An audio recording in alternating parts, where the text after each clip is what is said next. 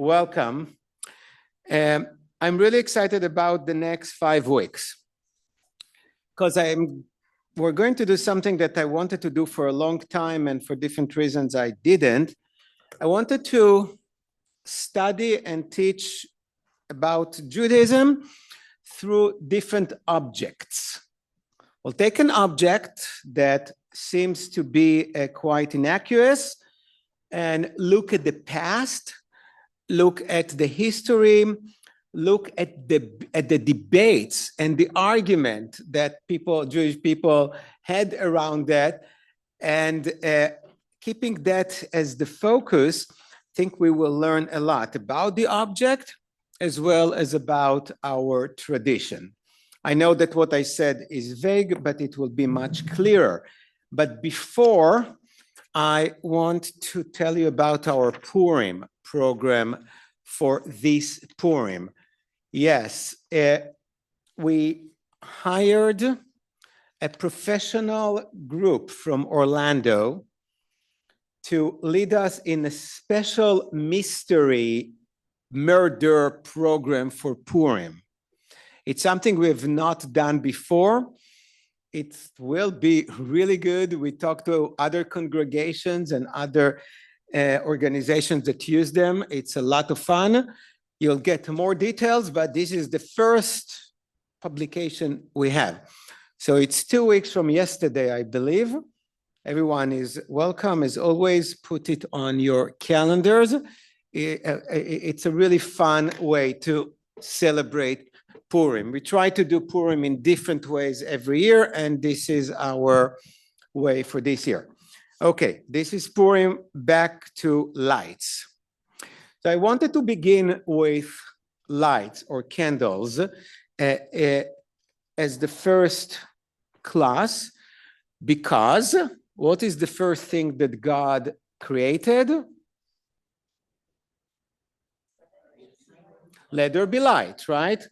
So we open the Torah or the Bible, and we can go to our source sheet here and see the first quite familiar verse, Vayomer Elohim yehi or vayei or, and God said, let there be light, and there was light.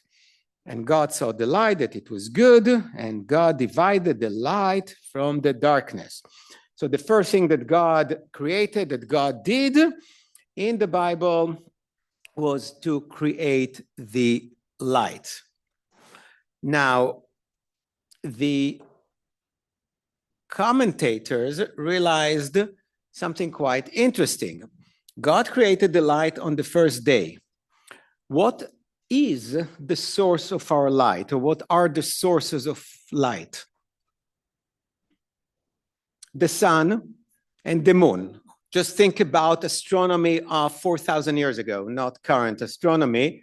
So for them, there were 2 sources of lights. The sun was the big one, the moon was the small one, okay?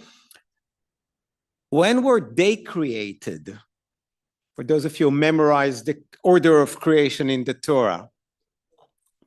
Day 4, right. So if God created the sun and the moon, the sources of light, on day 4, what's with the light on just take the handouts from the corner. How did we have light on day 1? That's a legitimate question, right? This is not just a nice little question. It's a huge idea in Jewish mysticism, in Kabbalah. Because what the commentators tell us is that the light that God created on day 1 had nothing to do with the sun or the moon or the stars. It's a special light. God was very optimistic about the world. So he gave us this amazing light. And the rabbis say that it was so bright that one could see the light from one corner of earth to the next one. But we didn't know what to do with it because it was too hard for us. It was too big. So God hid it. It's called the hidden light, and kept it in a secret place. And when the Messiah comes, or the righteous people, when they are in heaven, they enjoy this light. But for the rest of us, until we get to these mystical places, we have to use the light of the sun and the moon. But this is not to be confused with the magical light that God has created on day one. Okay, this is part of Kabbalah. Many of you like to hear the word Kabbalah, but this is one of the teachings of Kabbalah. So this is mystical light that God created, but for different reasons, we cannot have it yet. So far, so good? Okay. Any comments or questions about light? So we know that if light was the first thing that was created, it's very important. Now, I want to go to source number 2 from Isaiah for 2 reasons. So let's read it first in Hebrew. And those of you who come to services may find it quite familiar. So Isaiah, who lives in the Persian exile, was talking to the Persian king and talked about his God, or the God that Isaiah the prophet believed in. And he said, our God, Yotzer Or Uvoreh Choshech, Oseh Shalom Uvoreh Ra. Our God said, I formed the light and create darkness. I make peace and create evil.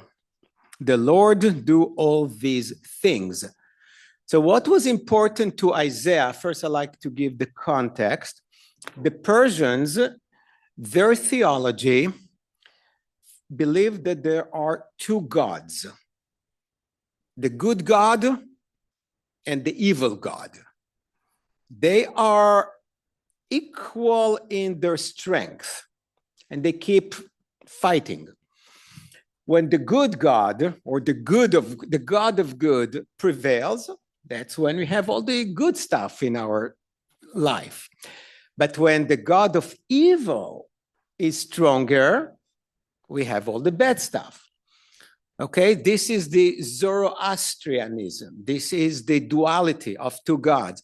Now, you may think, oh, that's stupid, but people found it to be quite compelling. And even many Jews, even though we say Shema Israel, that God is one, as our credence of our faith, no, it's quite tempting. Why is it so tempting to think about 2 gods, the bad one and the good one? To dismiss the bad things like the Holocaust and something like that. Dismiss the bad things, or at least to explain them. Because we say God is one, God is good. So if God is one and God is good, where did the bad come from? But if you have 2 gods, well, we understand. The good God had a bad day, so the Holocaust happened, okay? He had the period, he won the election, and now for 6 years, we have the bad God taking over and bad things happen. I oversimplify it, but I just wanted to understand it was not a stupid theology. It was very compelling and tempting for people, because I think that especially when you lived in the times of Isaiah, like 2,600 years ago, most of your days were bad.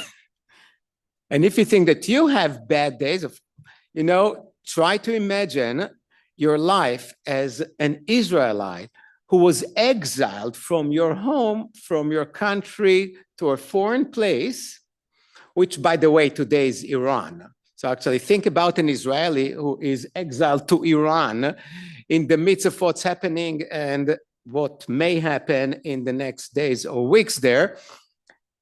Life is bad, okay? So it helps you to understand why I'm suffering now.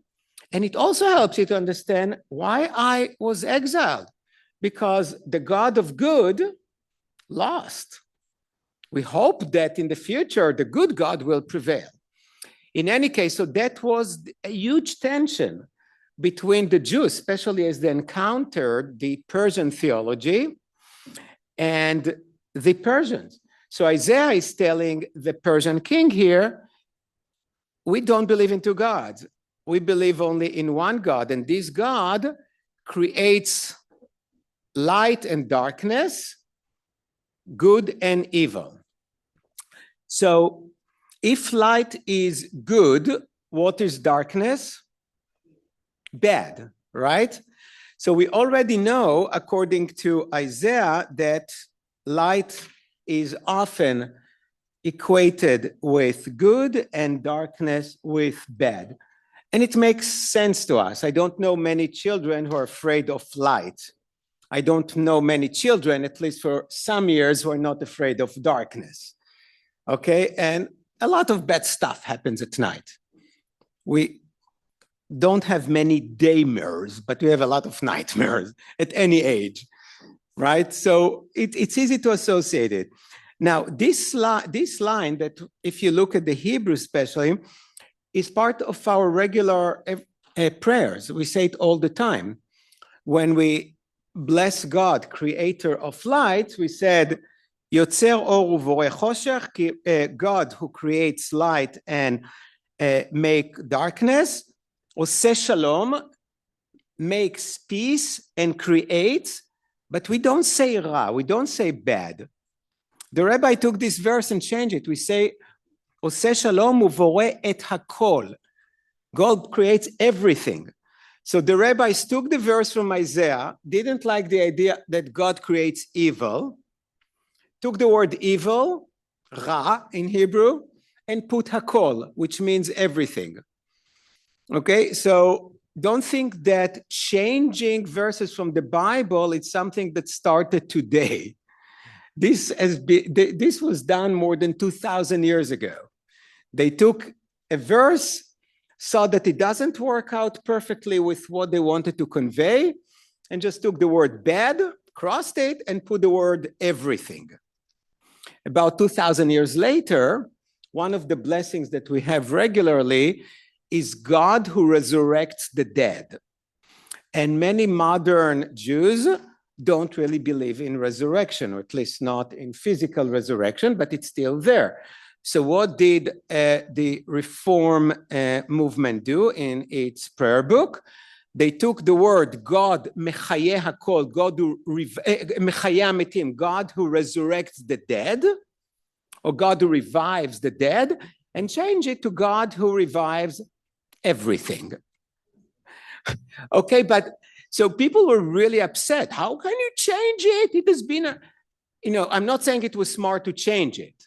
I personally think leave things as they are and work on them, explain the meaning today or struggle with it. Don't just, but what the Reform, committee that worked on the prayer book did was exactly what the rabbis of the Mishnah did 2,000 years prior to that. They just took the verse from the Torah, from the Bible, and changed it to fit their agenda. Okay, so we do it all the time. It's not something, we often don't admit that we do it. And when you just read these verses in the prayer book, you don't even know that it's a verse that has changed. But the important thing here that I want to show you is that light is good, and choshech, darkness, is evil, is bad. Okay, so this is our introduction, if you will, to the concept of light in the Bible and in Judaism. But the first instrument that is related to light, and this is the weekly portion that we are reading right now. That's not the reason I did it. I'm not so good. But God tells the people of Israel when they're in the desert, I want you to make me a tabernacle, a mishkan, a portable temple. Remember, the people of Israel spent 40 years in the desert. So they needed a sanctuary, but it had to be portable. In this sanctuary, they had several sacred items.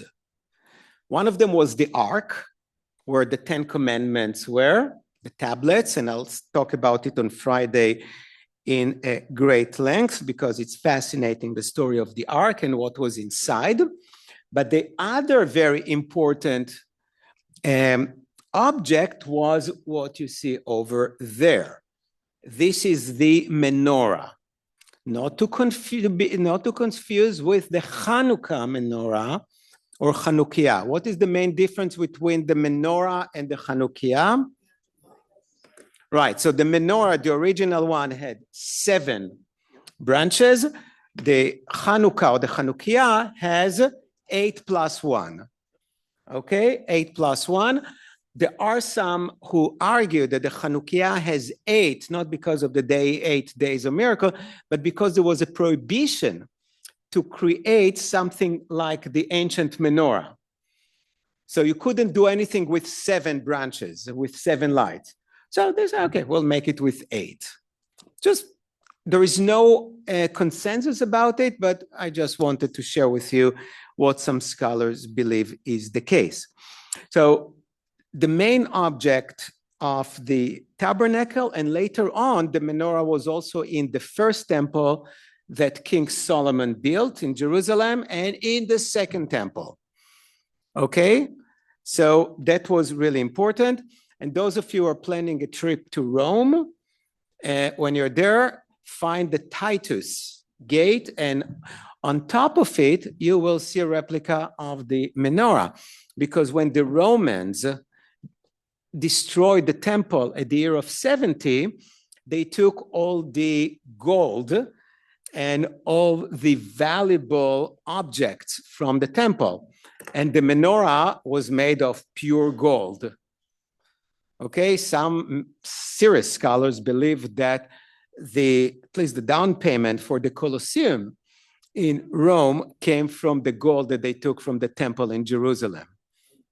Yeah, there was a lot of gold, not only the objects, but also that was the national bank of the Jews. So they had tablets of gold, okay? So the Roman just went and took everything. Talents of gold, a lot of gold. And that's because before God, gold became super valuable. Is it still going up every day? Yeah, I don't know. I just look at the paper. Oh, gold just broke new height. And so God tells the people of Israel, let's look at the English. And you shall make a menorah, a lamp if you want, of pure gold, its base, its shaft, its cups, its bulbs. See all these words that are like flowers, and its flowers shall be on of one piece. 6 branches shall come out of the inside and 1 in the center. So very important, when the people of Israel has the tabernacle and later on the temple, they had to have the menorah. Why? Why was the menorah important? Why do you need it? Light. Why is it important? Because most of the work was done during the day. That's my theory, or maybe somebody else thought about it before, but I think because of the verse from Isaiah that I just read for you, that darkness is associated with evil. So I think that the idea was at the house of God, at the tabernacle, there shouldn't be darkness. There should always be light, okay? Because we want to associate God with light, which is good. That's my theory. I don't know if it holds water or not, but yes. That's the segue. Now, every synagogue you go to has an ark, because inside of the ark you find the Torah scroll, and normally on top of the ark, sometimes it's hanging from the side, but we have the Ner Tamid, the eternal light. Okay, and this is to remember the menorah at the temple. So as any synagogue, every synagogue in the world has a light that is always on. To remember the ancient temple. And I believe too, because light is associated with good and God is good. So we have the eternal light. And it used to be a pain because the eternal light here always broke before Rosh Hashanah and it was hard to find. And then LED came along. Oh, thank God for LED. So we have a light now that is supposedly good for 10, 20 years, I don't know, but it was every year. So we decided before the high holidays, even if it was good, we replaced it because you don't want the light to break during Kol Nidre and we'll have a really bad year. So that was our routine here, but no more. Okay, so the first instrument of light was the menorah. And on your next visit to Israel, you can see this is a replica of the menorah. They tried to make replicas of a lot of the items that existed in at the temple in Jerusalem. Let's move along. We have a lot to cover, and we're going to do some other fun stuff today. Shabbat. Yes, sir.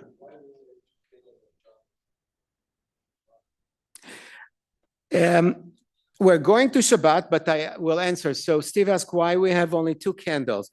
2 candles is not necessarily the case.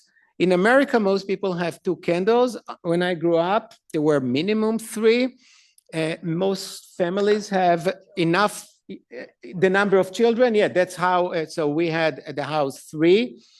Okay, so it's not, Shabbat needs a candle or a light. Okay, it's not 2. But a lot of these customs change from community to community. And here we have this symbol. You see 2 lights, 2 candlesticks. You say, oh, that's Jewish. Okay, because that's what we do.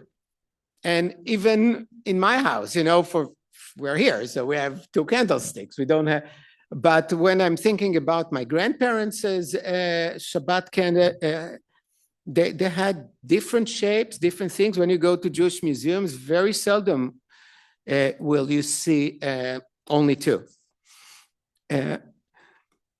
So nowhere it mentioned that you need 2 lights, but that's what we do here, and it makes it special. But the whole idea of Shabbat candles is really interesting. So first of all, we learn about the fact that Jews have been using light on Shabbat for a long time. And the reference is from from Seneca here, and look at the quote number 4. When he's mocking the Jews, it's part of a long paragraph when he makes fun of the Jews, and he writes, the Jews light lamps on the Sabbath, though the gods do not need light and men do not delight in smoke. Okay, so he understood it like the Jews, that the Jews light the candles for the sake of God. But that was not the case. The only explicit prohibition in the Torah about Shabbat is do not light fire. Okay? Here's the problem. If you have a dark house on Shabbat every night, but especially on Shabbat, you're not happy, right? It's getting dark in the winter at 5 p.m. What can you do, right? You cannot do anything. You have to go to bed at 5, basically. More than that, that's what the rabbis explained to us. People start to stumble. They mistakenly hit each other, okay? It's a mess. Try to turn on all the lights in your house, put few people there, and these houses were tiny, okay? So put the family there with their 7 children and 2 goats that lived.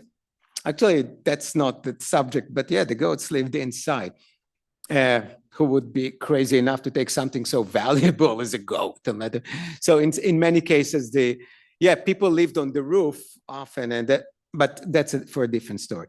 In any case, so they said, at least for Shabbat, we have to be happy. What do we do after services on Friday night? Oneg. Oneg means delight, joy. So Shabbat, we are commanded to be joyous. Try to be joyous in dark, okay? It doesn't work. But also you cannot light fire on Shabbat. You cannot have light. So what the Jews did was to light fire before Shabbat and enjoy it during Shabbat. So that was the tradition. So God said, don't light fire on Shabbat. Well, we don't do it. We do it 5 minutes before. That's the beginning of Shabbat candles, okay? Now, it's really important. There was no blessing. There was no ritual. It was just a practical thing to do. When I grew up, I don't know how many of you grew up like that. We did not turn on the lights even on Shabbat. So we had either to turn them on before Shabbat or to use the Shabbat or the Shabbos clock, which is basically a timer that turns on the lights when you come back from the synagogue and turn them off again, let's say at 11 p.m., okay? But if you forget or if you mess up the AM, PM in the Shabbos clock, you're in trouble, okay? There was no AM, PM. It was these old-fashioned timers with these things you have to, yeah, it was confusing. Okay. So we know that the Jews have been doing it for thousands of years because it cannot be happy at night. But here is the super interesting thing. In the Middle Ages, there was a group of Jews who called themselves the Karaites.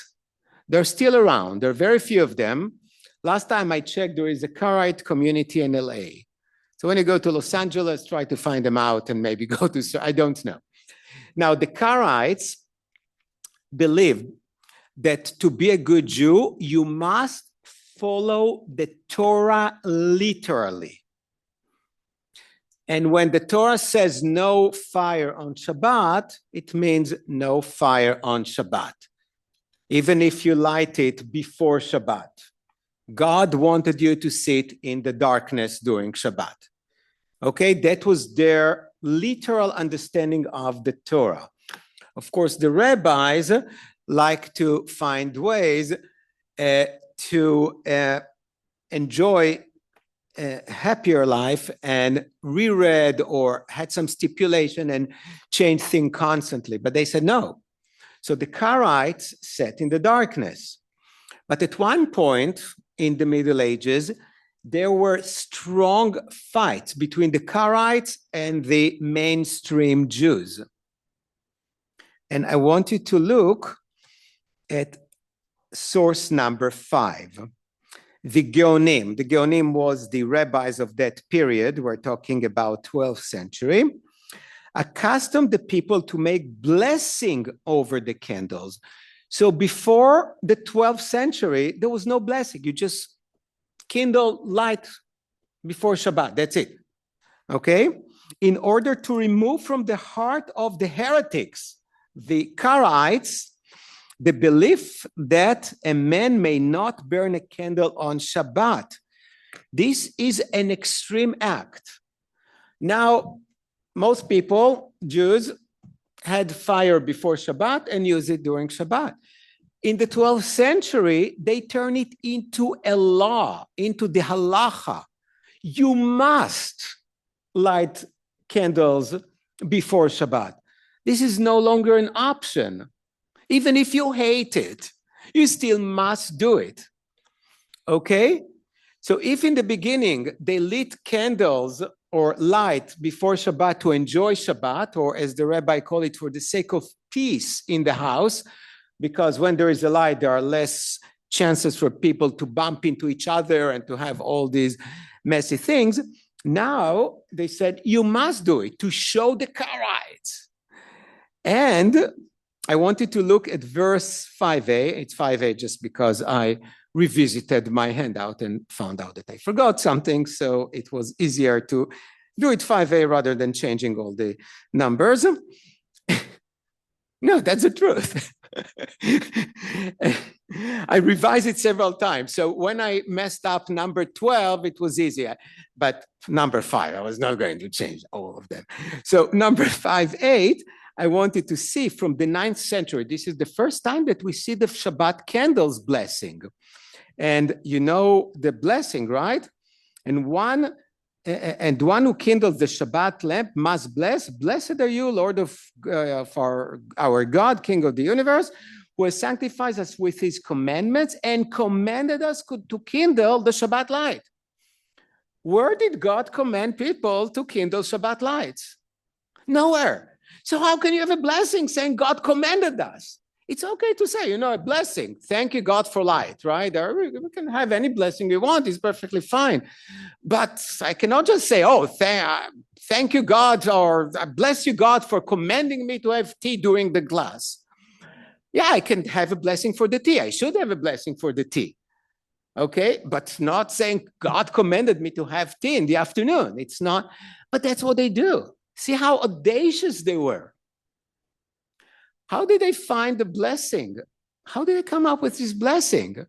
That will surprise you. I remember the first time I read from the blessing of Hanukkah. You would think that the blessing of Shabbat candles came before Hanukkah, right? Because Shabbat was there forever. But no. Again, they kindle candles or light, but without a blessing. The blessing was a means with which to show the Karaites who has the power, whose side God is. Okay, so they decided that now we're doing it not because it's nice, not because for the sake of peace or the sake of joy of Shabbat, but to show these Karaites, and they added a blessing. And when they were looking for, okay, what blessing are we going to? Oh, let's go to Hanukkah, because Hanukkah has lights. So they just changed the word Hanukkah with Shabbat. That's why many people, when they try to say the blessing for Shabbat, they start with the Hanukkah melody. But it's the very same blessing. Okay, so the blessing of Hanukkah, if you have to take only one thing from this class, is that the blessing of Hanukkah came before the blessing of Shabbat. For Hanukkah, we'll go to Hanukkah.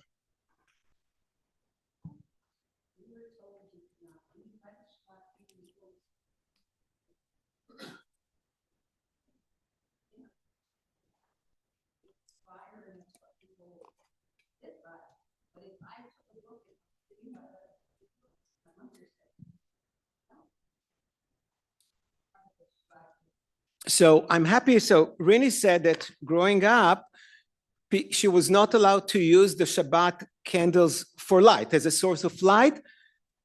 This is not the tradition. On the contrary, you're supposed to use Shabbat candles as a source of light. Wait. Nothing in Jewish studies is simple. You're not allowed to use Hanukkah candles as a source of light. Because, take it to your grandmother, to your mother. That's but I'm telling you the halacha, the Jewish law. Hanukkah candles, we'll get there, have only one purpose: to publicize the miracle of Hanukkah. So you put it by the window, right? So everyone will see the candles. So, wow, there was a great miracle there. You're not allowed to use them as a source of light. So if Hanukkah candles is the only light you have in the room, you cannot take your book and read. Okay, you must have another light. Shabbat is the opposite, because Shabbat, the whole idea behind it, Shabbat candles create peace in the house. And how? By giving us light. And we'll take it even further. Okay, so I just wanted to make this really important point. And this is not the only time. We'll keep doing different things. And next week, we'll talk about clothes, about garments and things. Some of our laws and tradition and practices were formed as part of a debate, sometimes with non-Jews, often with other Jews. Okay, so those who had the power wanted to use it in order to force everyone to follow their way. And candles of Shabbat, and it's amazing because whenever we look at them, we feel peaceful and calm. It's so beautiful, right? The Shabbat candles. But when we learn the history, actually it started as a way to argue with the Karaites. Okay.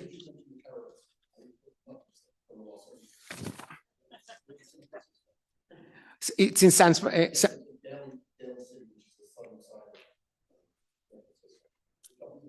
if you go to their temple or their synagogue, tell us more, because I never learned. It's a small group. It's a very small group. It was hard for them even in the Middle Ages when they were bigger, because they promoted a much more difficult way of being a Jew. And as you all know, it's really hard to be a Jew as it is.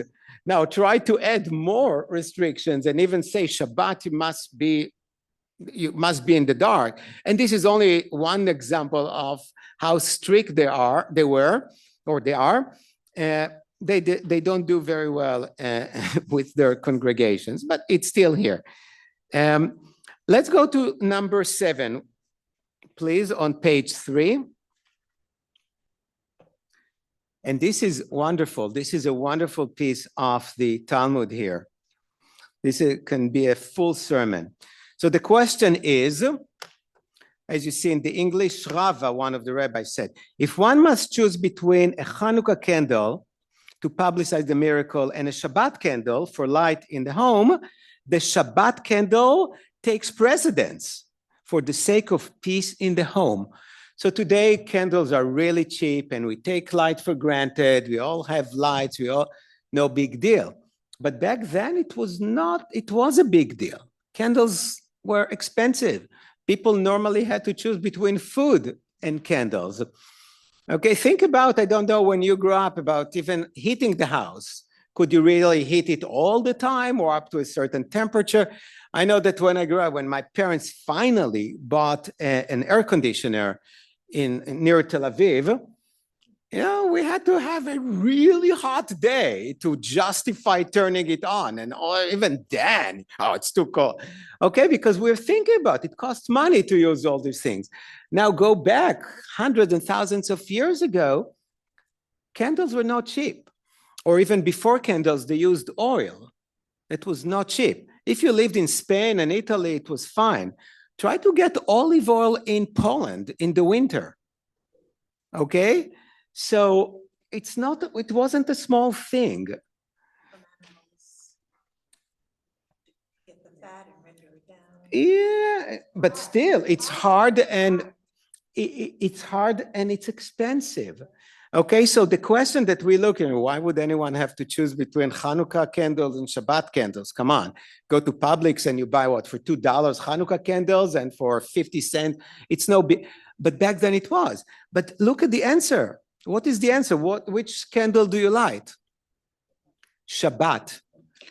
And not because Shabbat is more important than Hanukkah. They don't say it here. But because Shabbat candles are associated with peace in the house. It's called Shlom Bayit, which is a huge value. So to keep peace in the house, and sometimes they take it further, peace in the community or peace in the world, it's so important that make sure that you're not in the dark during Shabbat, that you're not bumping into your spouse or your teenagers. Don't bump into each other and start fighting. Okay, forget about Hanukkah. Hanukkah will wait when you have more money. Okay, this is really fascinating. First of all, the question, the idea that they needed to have a question like that, because had the Talmud been written today, nobody would have even considered asking a question like that, right? But when during times of scarcity, that's what you do.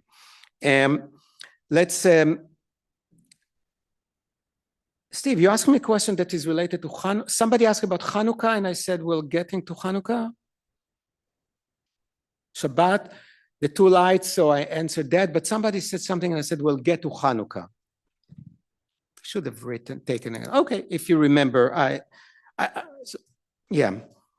I just wanted to know that even Hanukkah candles had their own debates. So one of them was between the two main Jewish academies, one that was called the House of Hillel, and the other one was called the House of Shammai. Okay, so when you go to university, the Hillel is named after Hillel, this great rabbi of the first century.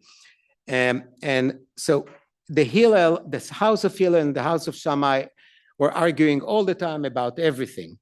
The House of Shammai said, on Hanukkah, they all agreed that you need 8 candles. Shammai said, we start with 8 candles, and every day we have one less, which makes a lot of sense, because when you think about the miracle, they have the whole jug of oil. That's, first of all, it was, okay, and also they say that the way that during the holidays, when they sacrificed bulls, so the holiday was 7 days, Passover and Sukkot. First day 7, and then second day 6, and then fifth day 5, okay? But Bet Hillel, the House of Hillel, or the Academy of Hillel, said, no, we start with 1 candle and then we add 1. So what you take for granted, because that's what we do, was actually a big debate back then. We almost always follow the Academy of Hillel.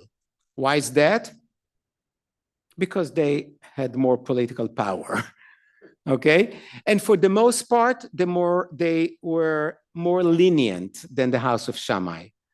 So people like them more, but in this case, it's not about leniency or stringent, it just what makes more sense. So even though it makes more sense probably to follow the House of Shammai, starting with 8, and actually I wish we started with 8, because how many of you have real energy on the 8th day of Hanukkah? Right, first night, and then we have only 1. Come on, let's start big, and then, yeah, but that's what I wanted to know about that. Yes, sir. Which one was first?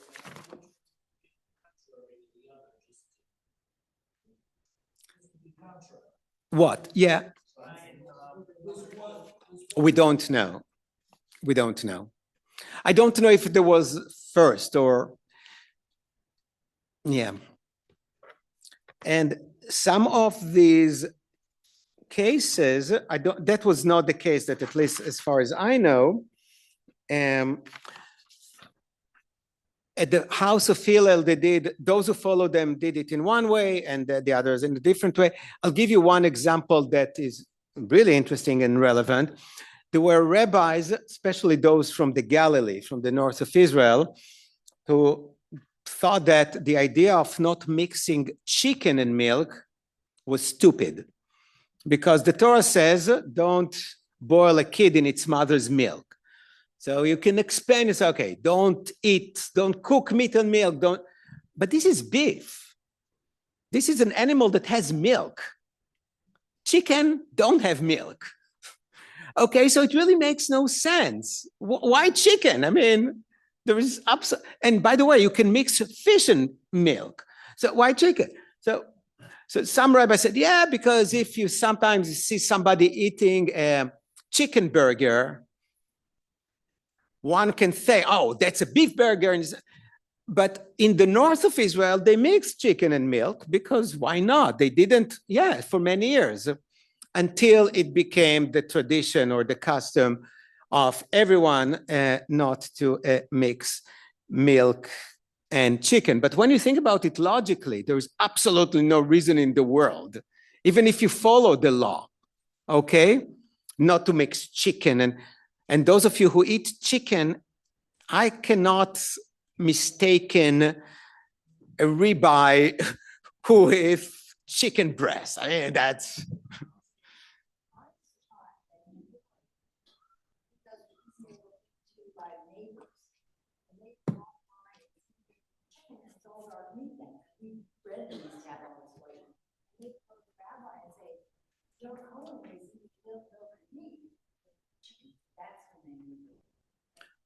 That was about 1,000 years later, what you're talking about, when the law was... A lot of these final laws were determined by political power.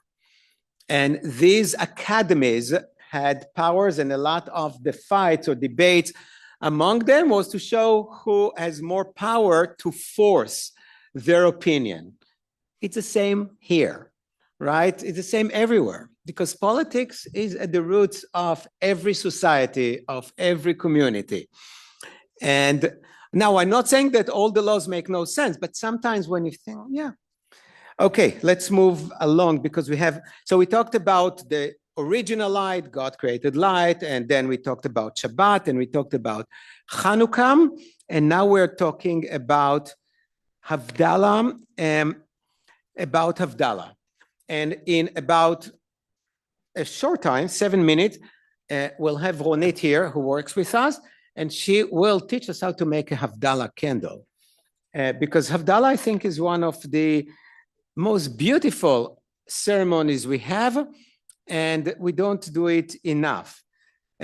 So if you feel like having one Jewish thing, to add one Jewish ritual to your life, I would strongly recommend Havdalah. But let's see what Havdalah is. Let's go to the Talmud, at source number 11. At the conclusion of Shabbat, God gave Adam wisdom, and he took 2 stones and struck them against each other, and fire came forth. I have to give you a little bit of background. So the story tells us that Adam, the first person ever, was born probably in the morning, and then he saw that the light disappearing, right? Every hour became a little bit darker and darker and darker. Oh, I forgot to mention that Adam was born on Friday morning, right? Shishi, on the 6th day. So he saw, so he started panicking. He said, now I'm going to be in darkness forever. And it's a logical deduction, right? If you have light and then you have light, why would you assume that you'll have light again? You don't know how things work, at least the first day.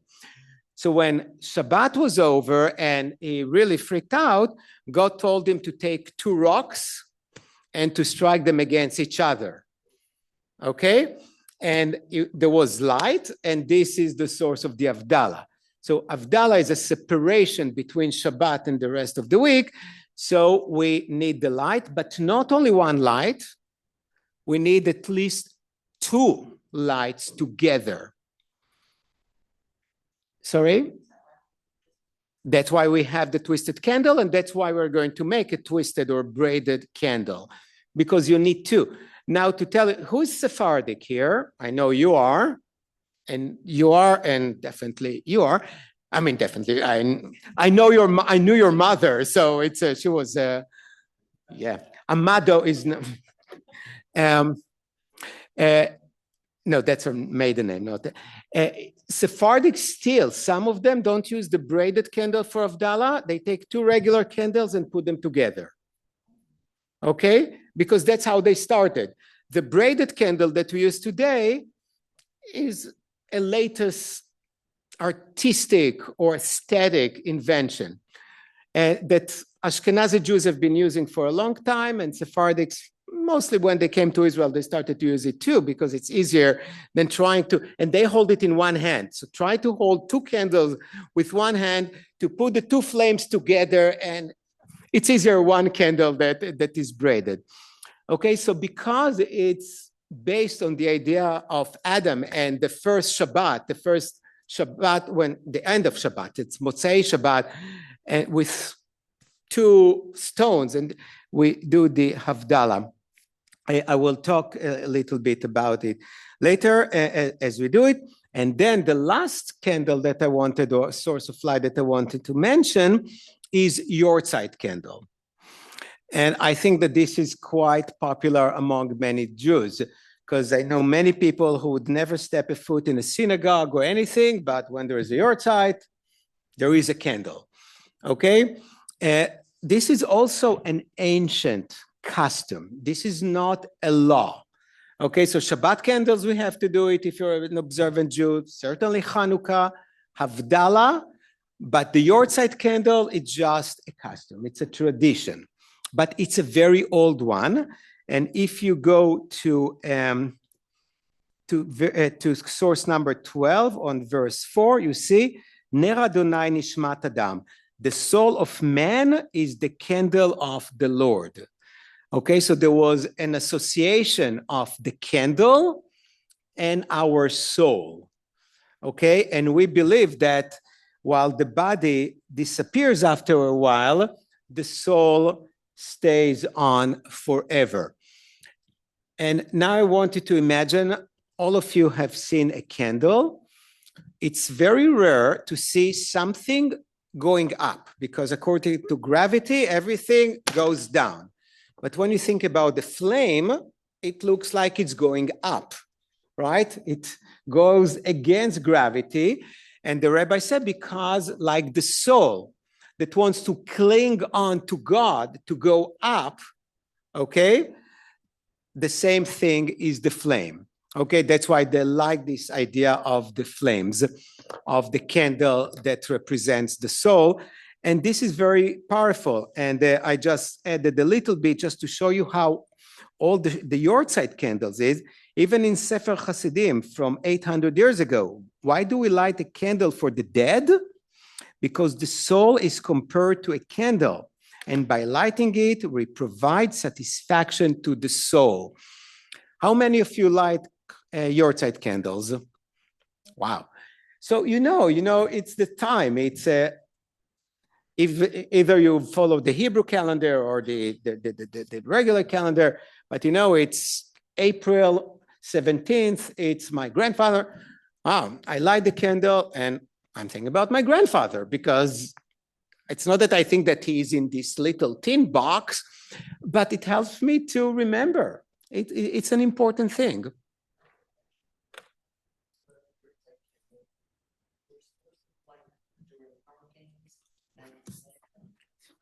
What would I do without you? You are the best. I almost forgot how I wanted to end this thing, and now you ask me. No, it's really good.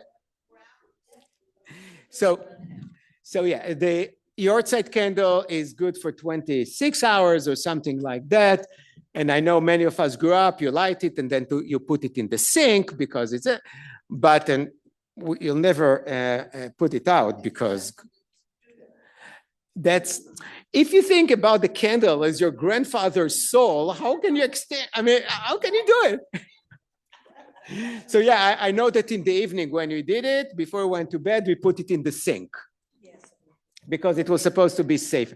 I don't think that a lot of fires were caused by Yortzeit candles. Even if it's probably this, but no, you reminded me something else. Now, I assume that few of you have something like that. Have you seen it before? Okay, and this thing has, it has a flashlight. Yes. Okay, now this flashlight is a source of light. It's a good one. Okay, and at least for a decade, all of us have it all the time. So, we had flashlights, but not many of us would walk around with a flashlight. But we all walk around now with flashlights. Can it replace some of the traditional laws? Don't say that. Whenever you think that you know the answer for a Jewish question, take a deep breath. It's much more interesting. There is another time in which we are using a candle, and this is to check the chametz, the leavened food before Passover. So we read in the Mishnah, and this is still a tradition, you take a candle and you go to all the corners of the house and check, maybe there is a crumb of some bread or some cracker. Okay, that's the tradition and the law. Can you use a flashlight? Not only you can, many rabbis now, and by saying rabbis, I'm talking about rabbis who follow the Jewish law, meaning super Orthodox rabbis. Okay, they say it's even better. They said, first of all, because a candle, when you look for the chametz, you may burn something. So it's one thing to put the Yortzeit candle on the counter of the kitchen, it's not going anywhere. But carry a candle underneath the bookcase to check that there is no, seriously. They say it's not only safer, also the light is better, right? Get these nice flashlights today that are strong and very focused, and you'll do a better job. So yeah, can you use a flashlight in order instead of a candles for Passover? Not only yes, but today it is preferred method. So another thing, if you didn't know, take it from here. What about Shabbat candles? Let's say that you are, God forbid, in the hospital, and you know hospitals do not allow you to light candles. Can you take your cell phone, or can you take 2 cell phones or a flashlight and turn it on and instead of Shabbat candles? The answer is yes, in case of emergency, because you have to remember, why do we light Shabbat candles? For Oneg Shabbat, for Shalom Bayit, for peace in the house, and to enjoy Shabbat. So the lights of Shabbat, the candles of Shabbat, is a source of light to enjoy Shabbat. So preferably, we still like to follow traditions. But if you cannot, well, turn on the flashlight on your cell phone. The disagreement is whether or not you're allowed to say the blessing. Because you say to kindle, lehadlik ner, to kindle a candle, okay? Or to light a candle. This provides light, which is good, but is that really lighting a candle? So some say yes, because the light, less with the LED. But before that, some would say that the old-fashioned light bulbs, some rabbis compare them to light, you can do, but for Shabbat, you can do it. Yortzeit, you cannot find candles, you're traveling, no candles. Can you take some 2 Duracell batteries, put them in a flashlight and keep it for 24 hours? Sure. Well, you can use the electric. Sorry?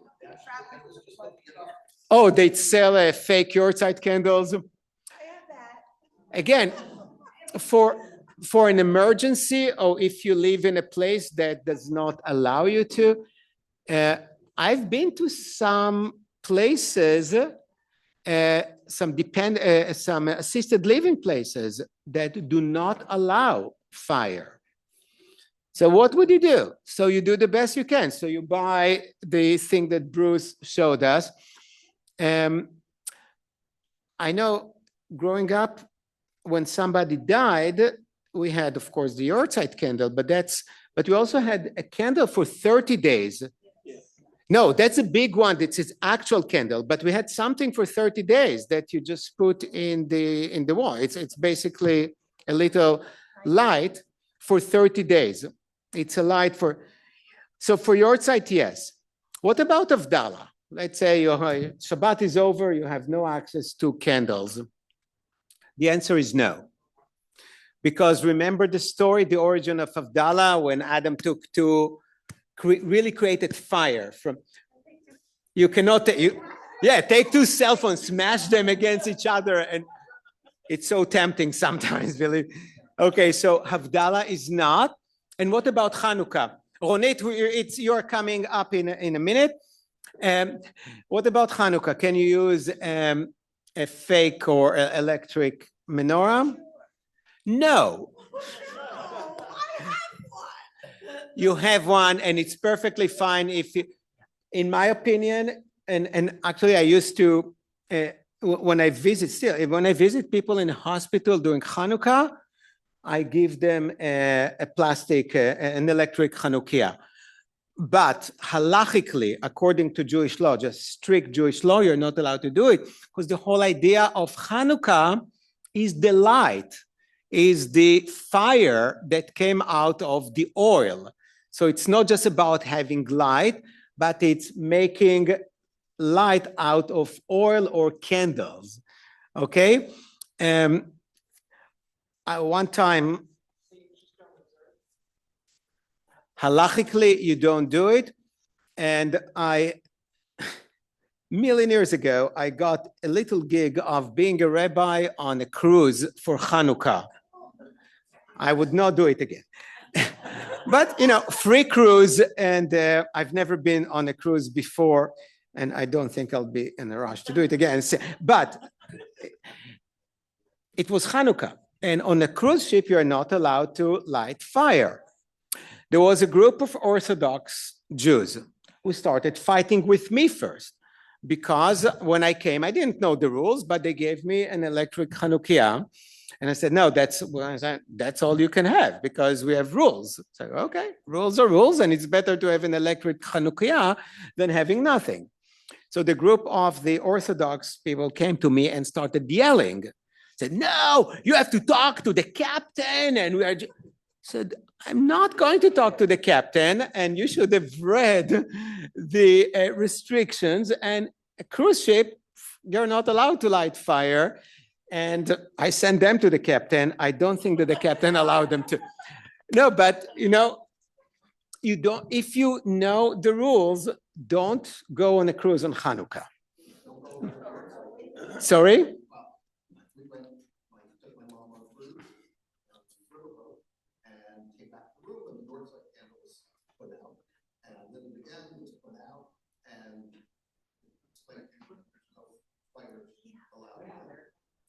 Yeah, that's a.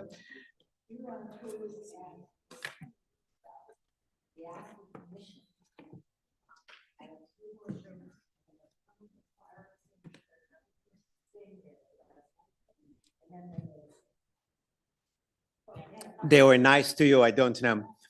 Now, now I don't want to end the class yet, because I want, to take 10 more minutes, and Ronit is here. I don't know if you know Ronit, sometimes known as Roro or Roro, because she had some interaction with our fabulous preschool kids who really like to call her Roro, and it stuck.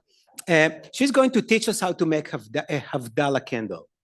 So I recommend for you to learn how to make it. I know that Amazon has it, but it's really fun to make it. And you may want to take it home, and in a few days, when Shabbat is over, you can light the Havdalah candle that you made.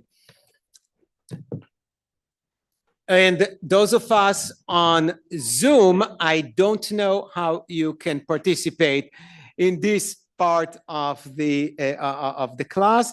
Thank you for joining us. And Ronit, it's all yours.